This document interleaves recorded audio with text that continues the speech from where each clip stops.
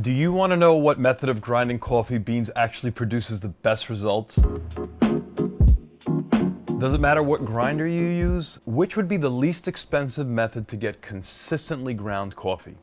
So I thoroughly tested 4 common methods used to grind coffee and 1 unconventional method. And at the end of this video, not only will we be discussing the results, but I will share with you some very useful tips to get the best cup of coffee from the equipment you most likely already own, and answer a very important question. Should you bother grinding your own coffee? Experts agree that a grinder that produces consistently sized coffee grinds also produces a better cup of coffee. Now there are 2 styles of grinders. One uses a sharp spinning blade. It's also known as a blade grinder. We're going to be talking about this one here. You can see the blade that's in it, and one uses burrs, also known as a burr grinder. Now we'll be testing both styles of grinders. Their cost varies tremendously. Does price mean quality? How am I going to test my grinds? 2 methods. This is a $2,500 coffee grind colorimeter, and it's not only capable of determining what roast degrees of your beans or your grinds, it's also capable of determining the percentage of each type of grind size that is produced by each machine. I spent some time learning from an expert on coffee roasting, Rob House. He told me that even though this machine is an excellent colorimeter, it's not terribly accurate when it comes to determining grind size. So I purchased this set of sieves from a company called Kruve. I'm going to pass the ground coffee through each different size sieve. They have a smaller and smaller diameter opening. Then I'm going to weigh each grind size that I collect to see the different spectrum of coffee grind sizes that each machine produces. Because I genuinely am a coffee snob, I really want to find out what is the most consistent method for grinding coffee. So here's why I chose the 5 grinders I'm going to put to the test today. Every one of these machines can fit into every budget. So let's go through all the pros and cons of each and scientifically determine the accuracy of each grind. I'm going to introduce them, by the way, in order from cheapest to most expensive. Here's my disclaimer.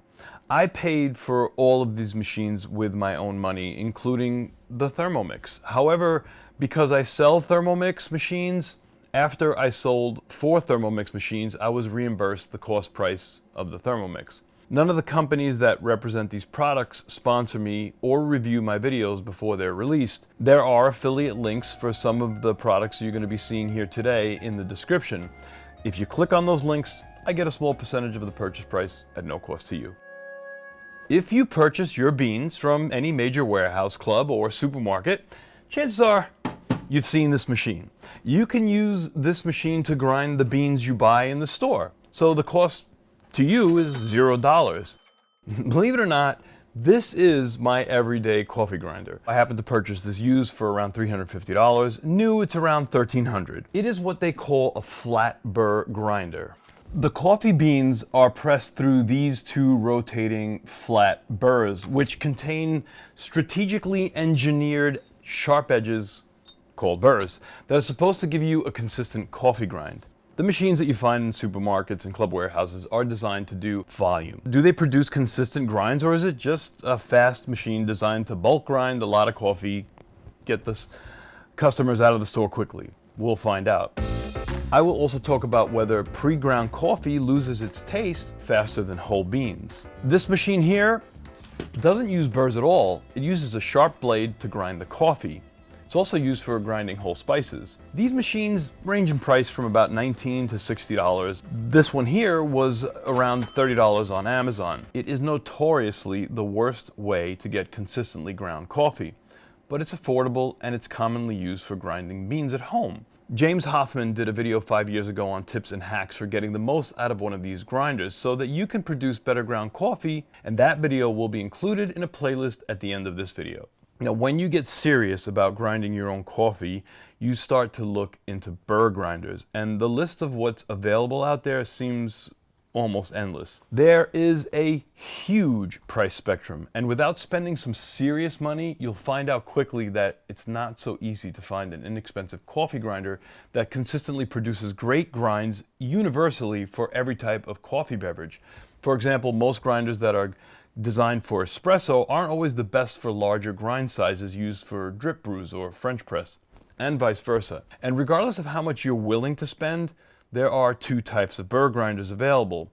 One, which we talked about, uses flat burrs, and the other type uses conical burrs. And there are debates over which produces a better cup of coffee. I'm not going to get into that today. I'm just looking to see if there is a correlation with taste and grind consistency. I purchased this Lidl 2 manual grinder, I guess around 15 years ago. It's a conical burr grinder, and the burrs that turn the beans into grinds are basically cone-shaped. You can't see them in here without disassembling the Lidl, but this is what they look like. I think I paid around $200 for this one. There are other manual conical grinders on the market, and they do range in price significantly from, I've seen decent ones from $80 going as high as $500, and I'm sure there's more expensive ones out there. The good thing about a manual grinder is that it grinds the coffee slowly. And one school of thought is that the speed of a fast-turning motor in an electric grinder introduces heat into the ground coffee beans and compromises the taste of the coffee. And also, the other school of thought is that slower grinders might produce more consistent grind sizes. The bad thing about the manual grinder is, well, the manual part. It could take some serious elbow grease and time to make enough grinds to brew a large pot of coffee or multiple shots of espresso. We'll see just how well the grinds turn out from the Lidl 2. A respectable entry-level flat burr grinder that is known in the coffee community to turn out good enough grinds for a decent espresso to a cup of drip or French press is this fellow grinder. I purchased it for my son a couple of years ago. I think I paid around $400, and the price has seemed to have dropped since then. Because it's popular, I'm including it in this test as well. I own this Thermomix, and as a restaurateur and a homeowner, I can honestly say that it's one of the best countertop kitchen items I've ever come across. If it weren't, I wouldn't associate myself with this company. But it does an amazing job of grinding spices. I mean, you can turn sugar into powdered sugar in 10 seconds. And one of the features of the machine is its ability to grind coffee. But I'm skeptical about that. I want to see if it's a viable coffee grinder that you can use every day. Now, the Thermomix is significantly more substantial and advanced than a typical grinder or a blender. It actually has a computer in it which allows you to cook literally over 100,000 recipes, but it's expensive. It costs around $1,500. My reasoning in including it in the test is so does a really good coffee grinder. Can this Thermomix do as good a job? We'll find out. And finally, I went to my local coffee roaster and I asked them to grind my beans on this $6,700 Ditting grinder. I want to see if I can tell the difference in taste of a cup of coffee that's ground on such an expensive machine. My goal is to do two common coffee grinds, espresso and drip. When it comes to the Thermomix and the little Mueller blade grinder, they're both blade grinders, it's going to take some approximation on my part to determine what is the right amount of time needed to run each machine to produce a quality espresso and a drip grind. I'm going to grind 30 grams of coffee through each machine, except the Thermomix. I'm going to grind 100 grams in the Thermomix, and I'll explain why in a little bit. In a typical double shot of espresso, there are about 18 grams of coffee. I want to see how each machine grinds around 20 grams of coffee for an espresso grind. So I purchased this precision balanced scale. It's accurate to 1,000th of a gram. Good enough for us. And then I'm going to grind the beans using each method.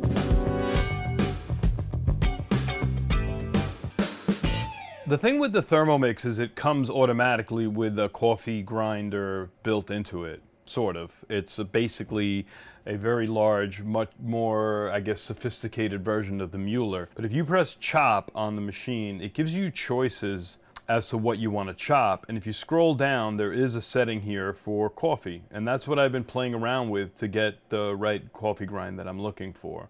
Typically it tells you to use 100 to 250 grams for a batch of coffee that you're grinding. That's a lot of coffee. For me and my bride in the morning, we pretty much use about 66 grams for roughly 8 cups of American coffee, which is 1,200 grams of water.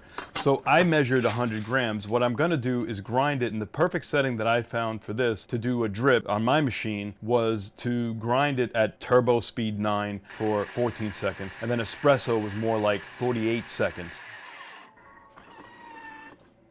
And that looks about right. Brush down the sides here a little bit. I'm going to take out about 30 grams.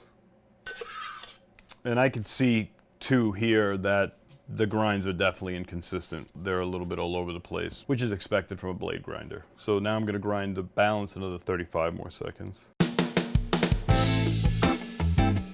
So the way the Krupp system works is you have a bunch of these sifters here. They range in size from 1500 nanometers down to 200 nanometers. I'm going to start with the highest size and work my way down. I'm going to pour all the coffee that we ground in here. First one we're doing is the Mueller drip. And I'm just going to shake this. This is over 1600 nanometers. I'm going to weigh it. And I'm going to write that number down.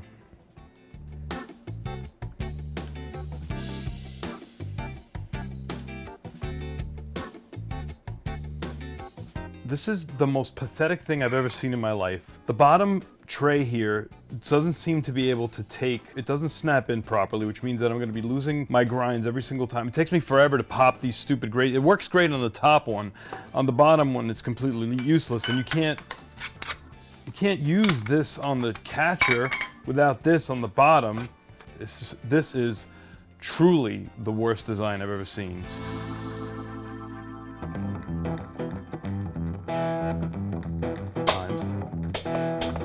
Scatter that around, and then you press particle.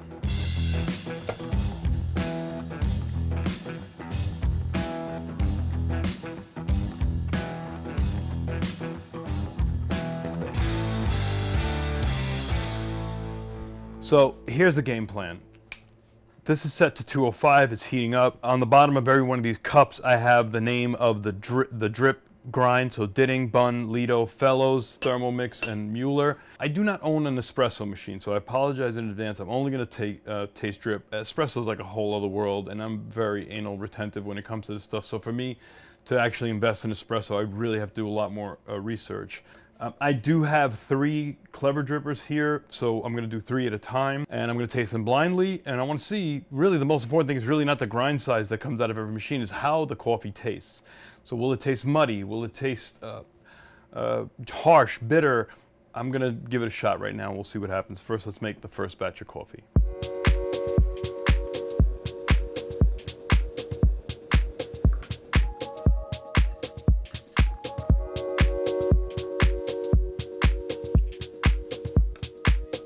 Nine grams of coffee, 150 milliliters of water, steeped for about 4 minutes.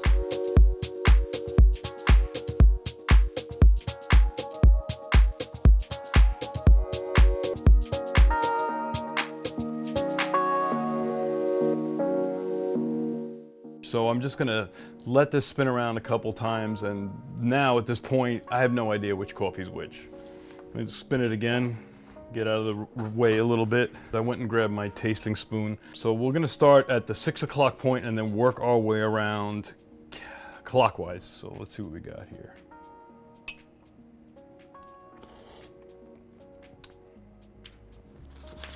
It's a nice cup, no bitterness. We're gonna label this one number 1.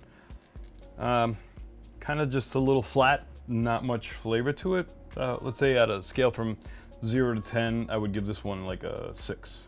Rinse my spoon.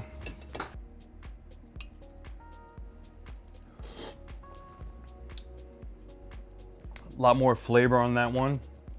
No bitterness again. These are all kind of light. I would give that one maybe a 7.5. All right.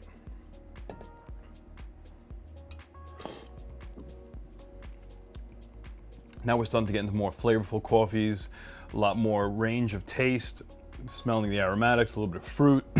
Excuse me. That I would give at least an 8.5. Let's see what we got here.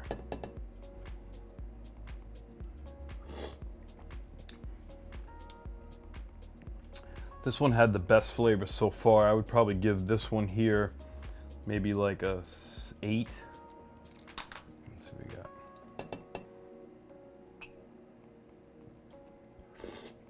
That one's a nice one too, kind of mild. I give that one an 8 as well.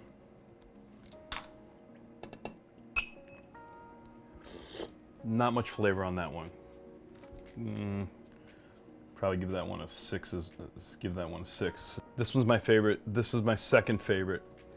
All right, let's see what we got here without spilling everything. So the first one, that's the Mueller, which I gave a 6. Okay. The second one, that's the Bun, which I gave 7.5. That's my coffee roast, the one that I use at home. Taste that one again. I want to see what's going on with this one.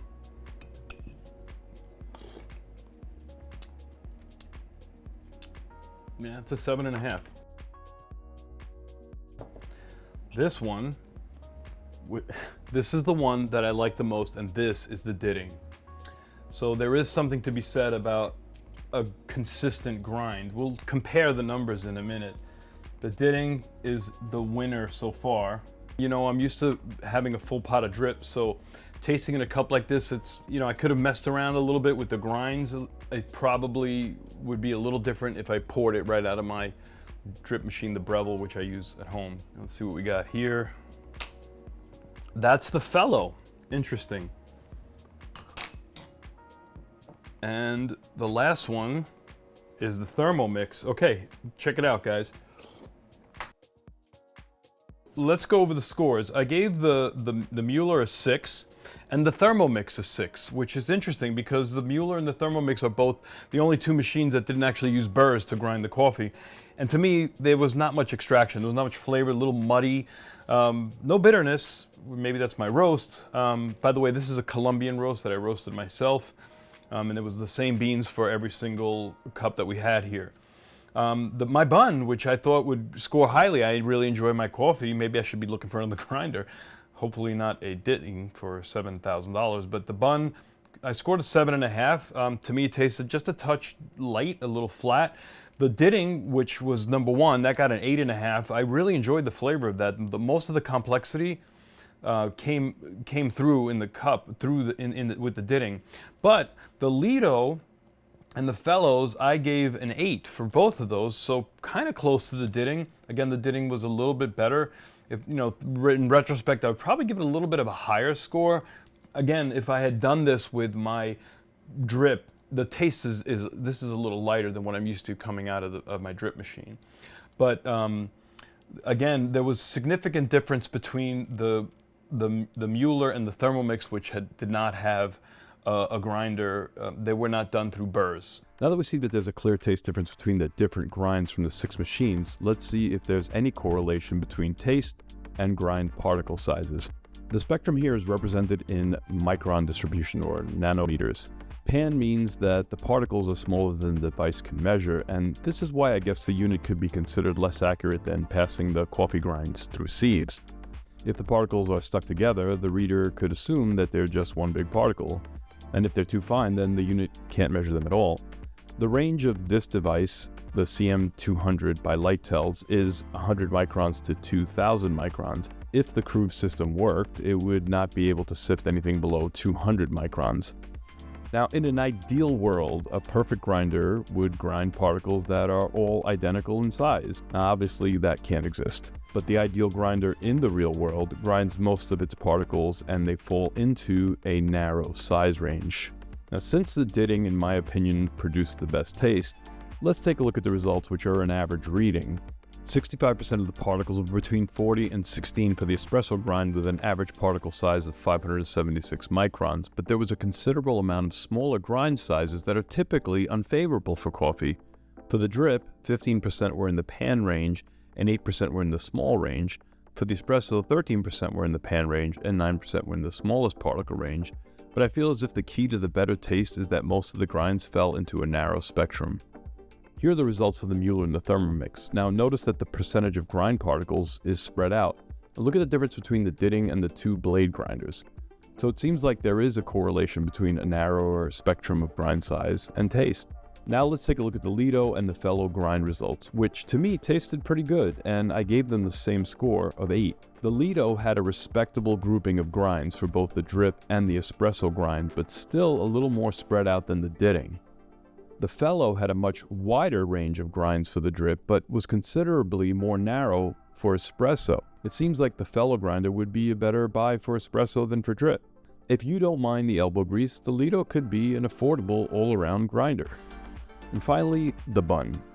It did grind a reasonably tight range for the grinds for both espresso grind and the drip compared to the ditting. But see how it's more spread out than the ditting? It's also more spread out than the Fellow as well as the Lido. I guess that's why it tasted a little worse. I don't like to badmouth companies, but this Groove was expensive. I bought it specifically just for this video, and the bottom sieve holder just doesn't fit. If you do decide to buy one of these, it comes from China, which kind of stinks because it takes a while to get here. When I reached out to the company, they just kept asking me questions. Are you sure you're putting it in the wrong way? Is it warped? Is it this? And as of this making of this video, it's still not resolved. I do not recommend this product. Now, it's possible, I'll give them the benefit of the doubt, that maybe they gave me just happened to be a bad machine, a bad unit, but they really did very little to resolve it, and I'm not recommending the Groove for testing different grind sizes. Now, all of the machines that I tested here today put out a decent cup of coffee, and there was clearly differences between the worst, which were the blade grinders and the Thermomix, and the best, which was the ditting. I believe that if you genuinely care about your cup of coffee, at the very least, you should be grinding your own beans. And if you can't afford a burr grinder, you're going to get better results with the different types of blade grinders on the market than if you were to purchase ground coffee from, let's say, a supermarket. Here is a chart I created from the worst coffee practices to the best. Based on your time and budget, you'll need to find your happy medium on this list. Now, the worst way is using pre-packaged, pre-ground coffee from a supermarket with no roast date. The second, a little bit better method is pre-ground, pre-packaged coffee with a roast date. I can't tell you how important it is to drink freshly roasted, freshly ground coffee. There is such a significant difference. Usually coffee flavor dramatically changes about 7 days after the beans have been roasted. So if you don't have a roast date, you don't really even know how fresh your beans are. All the beautiful flavors in the coffee start to go away after around 7 days. So if you have to buy pre-ground coffee, the best results will come if you finish that coffee within 3 days of the roast date, because ground coffee loses its flavor much faster than whole beans do. Now, rather than keep your coffee grinds in the container they arrive in, store your pre-ground coffee in an airtight, dark container. Like this one. This is cool because it's got like a vacuum in it. Really pushes the air out of it, keeps the beans and the coffee super fresh. I really like this brand. Coffee that is exposed to air loses its flavor and aromatics as it oxidizes. Level 4, buy your beans whole and grind them using a blade grinder. Whether or not you use a blade or a burr grinder, freshly ground beans, as I mentioned, almost always taste better than pre-ground supermarket or store-bought beans. Level 5, transfer your whole supermarket or store-bought beans to an airtight container and grind them using a blade grinder as you need them. Transfer your whole supermarket or store-bought beans to an airtight container and grind them using a burr grinder as you need them. Level 7, purchase your freshly roasted beans from a local roaster, pre-ground, and then keep them in the bag that they came in. Level 8, purchase your beans from a local roaster, fresh pre-ground, and store them in an airtight container. Level 9, purchase freshly roasted whole beans from a local roaster and keep them in the bag that they came in. Or level 10, purchase fresh whole beans from a local roaster and keep them in an airtight container. Level 11, grind those freshly whole roasted beans using a blade grinder. Level 12, grind those freshly roasted beans using a burr grinder.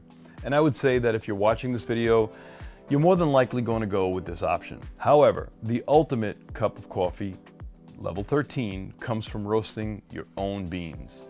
If you roast your own beans, it would really defeat the purpose to grind them using a blade grinder. There are many factors in getting the best results from your coffee beans.